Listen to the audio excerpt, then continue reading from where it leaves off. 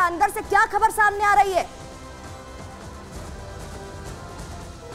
देखिए, आज प्रदेश अध्यक्ष भूपेंद्र सिंह चौधरी दिल्ली पहुंचे थे और उन्होंने प्रधानमंत्री नरेंद्र मोदी से मुलाकात की है। कहीं न कहीं जिस तरह से पहले 40 टीमें जो पूरे उत्तर प्रदेश की 80 लोकसभा में बैठाई गई थी, एक फीडबैक तैयार किया गया था। उस सारे फीडबैक उत्तर प्रदेश के राज्य कार्यालय पे, भाजपा के कार्यालय पर आए हुए थे और इस रिपोर्ट को लेकर के यहाँ के बाद चूंकि संगठन महामंत्री भी आए थे, यहाँ पर BL संतोष भी आए थे, उनके साथ 2 दिन बैठक होने के बाद तमाम विषयों पर चर्चा करने के बाद जो रिपोर्ट तैयार हुई थी, उस रिपोर्ट को भी लेकर के, उन खबरों को भी लेकर के भूपेंद्र सिंह चौधरी जो भारतीय जनता पार्टी के प्रदेश अध्यक्ष हैं, वो लेकर के दिल्ली गए थे, डिस्कस किए हैं, सारी चीजें बताएं। और जो ये तो बड़ी खबर सामने आ ही रही है और इस पर आप अपनी नजर भी बनाए रखिएगा। अपडेट आपसे राघवेंद्र लेते रहेंगे, बढ़ते आगे। और अब आपको बताते हैं कि संगठन बहाना और केशव का निशाना। लेकिन ऐसा क्यों कह रहे हैं हम? क्योंकि केशव का एक ट्वीट सामने आया जहां उन्होंने कहा कि सरकार से बड़ा संगठन है। आगे केशव मौर्य ने कहा कि संगठन से बड़ा कोई नहीं होता। और ये पहली बार नहीं है, इससे पहले याद होगा आपको कई बार वो इस बात का जिक्र कर चुके हैं, ट्वीट कर चुके हैं। और एक बार फिर से जब उपचुनाव है उससे पहले उनका ये ट्वीट सामने आया, कार्यकर्ताओं का दर्द मेरा दर्द है। उन्होंने कहा उनका दर्द छलका है। केशव मौर्य कार्यकर्ता ही मेरा गौरव, मेरा अभिमान कहते दिखाई दिए। संगठन से बड़ा कोई नहीं होता, ये भी उन्होंने कह दिया है। क्या कुछ कहा, पहले आपको वो सुनवाते हैं। संगठन सरकार से बड़ा है, बड़ा था, बड़ा रहेगा। मैं उप मुख्यमंत्री अपने को बाद में मानता हूँ, भारतीय जनता पार्टी का कार्यकर्ता पहले मानता हूँ। सबसे तो जनप्रतिनिधि है, उनसे यही अपेक्षा है। हम पहले कार्यकर्ता नहीं होते, कुछ बनते क्या नहीं। इसे सभी कार्यकर्ताओं को मान सम्मान है, उनकी समस्याओं का सर्वोच्च प्राथमिकता के आधार पर समाधान करें। तो देखिए केशव मौर्य ने क्या कहा है वो आपने सुन लिया, लेकिन अब इस पूरे मामले में आला कमान का क्या कहना है, क्या वहां से मैसेज है, वो भी आपको बता देते हैं। बेवजह के बयान नहीं देने होंगे, बेवजह के बयान नहीं दीजिए। सरकार संगठन में तालमेल रहे, क्योंकि तालमेल रहेगा तभी तो मैनेज हो पाएगा। कोई गलत संदेश नहीं जाना चाहिए, ये साफ तौर पर कह दिया गया है। सभी मिलकर उपचुनाव पर फोकस करें, क्योंकि उपचुनाव करीब है। उपचुनाव में पूरी ताकत से लड़ना है, ये भी कह दिया गया है। आला कमान की तरफ से ये साफ तौर पर निर्देश आ गए हैं। तो नड्डा से मुलाकात भी हुई, ये भी हम आपको बता रहे थे। अब नड्डा से मुलाकात के क्या मायने हैं?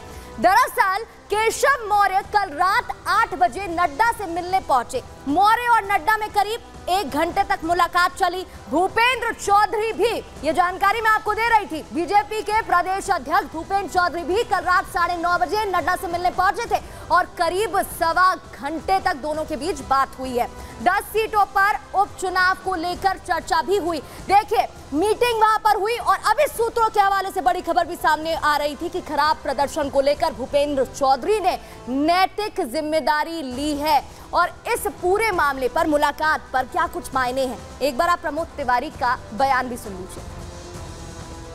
19 करोड़ के कार्यकर्ता और संगठन को ही लेके, संगठन से ही सरकार बनती है, तो इसको हम लोग प्रणाम करते हैं। हम लोग तो पूरे संगठन की हमारी यही प्रधानमंत्री मोदी जी कहते हैं, यही पूज्य महाराज जी ने भी अपने भाषण में कहा, ये राष्ट्रीय अध्यक्ष जी अमित शाह जी भी यही कहते हैं। तो संगठन को तो हम लोग संगठन की वजह से ही खड़े हैं भाई। बूथ पर संगठन लड़ता है, चुनाव संगठन लड़ता है, कार्यकर्ता लड़ता है।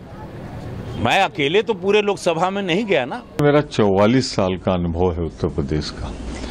मैंने राजनीति 87 से हर उतार चढ़ाव देख रहा हूं।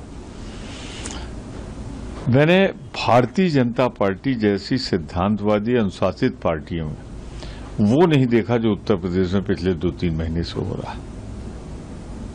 एक दूसरे के खिलाफ सार्वजनिक रूप से बोलना, ट्वीट करना, खबरें लीक करना, तो ये सब क्यों हो रहा है, इसके लिए तो हमें कुछ दिन इंतजार करना पड़ेगा। पर एक बात जरूर कहना चाहूंगा, भारतीय जनता पार्टी का ईमानदार कार्यकर्ता अंदर से बहुत दुखी। तो देखिए ये खबर सामने आती है, केशव मौर्य का ट्वीट सामने आया, फिर उसके बाद चर्चा होने लगी, सवाल भी कई खड़े होने लगे। अब इसमें विपक्ष तो चुप बैठता नहीं, तो विपक्ष की तरफ से प्रतिक्रिया सामने आई है और अखिलेश यादव ने क्या कहा वो भी सुन लीजिए। भाजपा की कुर्सी की लड़ाई की गर्मी है और इसमें उत्तर प्रदेश में शासन प्रशासन ठंडे बस्ते में चला गया है, अखिलेश यादव ने कहा। आगे कहा तोड़फोड़ की राजनीति का जो काम भाजपा दूसरे दलों में करती थी, अब वही काम वो अपने दल के अंदर कर रही है। इसलिए भाजपा अंदरूनी झगड़ों के दलदल में धंसती जा रही है।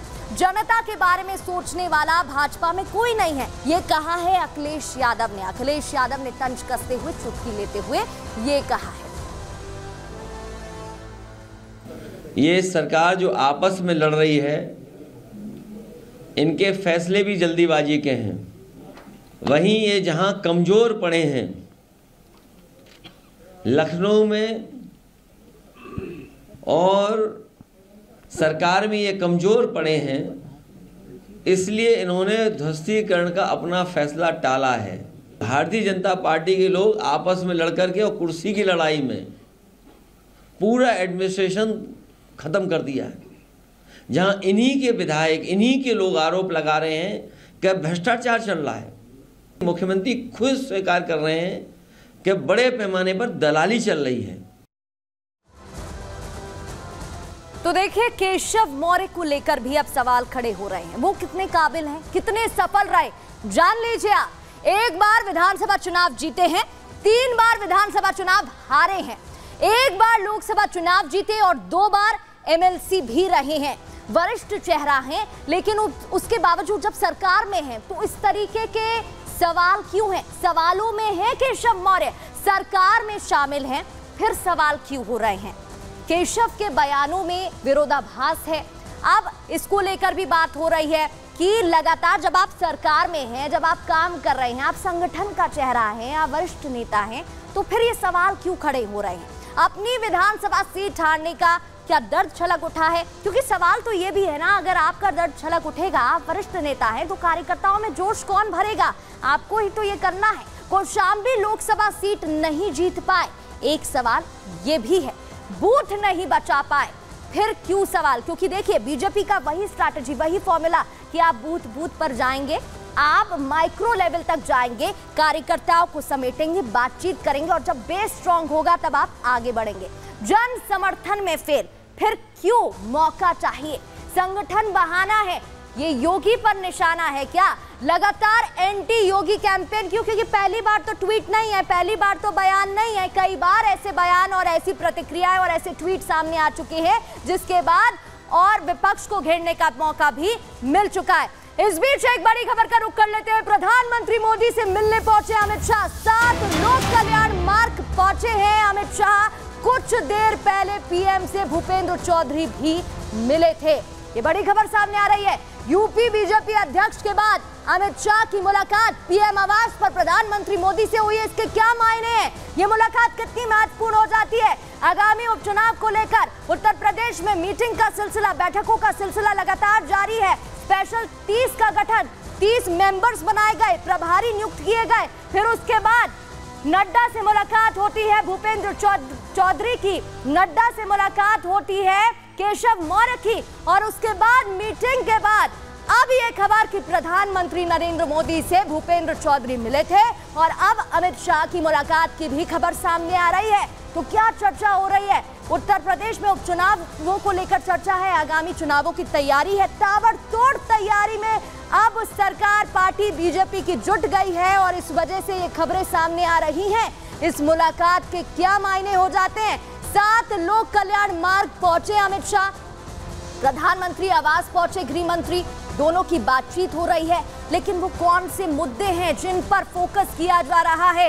एक तरफ जहां उत्तर प्रदेश से लगातार हम आपको रिपब्लिक भारत पर खबरें बता रहे थे, कैसे बैठकों का सिलसिला जारी है, और इस बीच पीएम मोदी से अमित शाह की मिलने की खबर।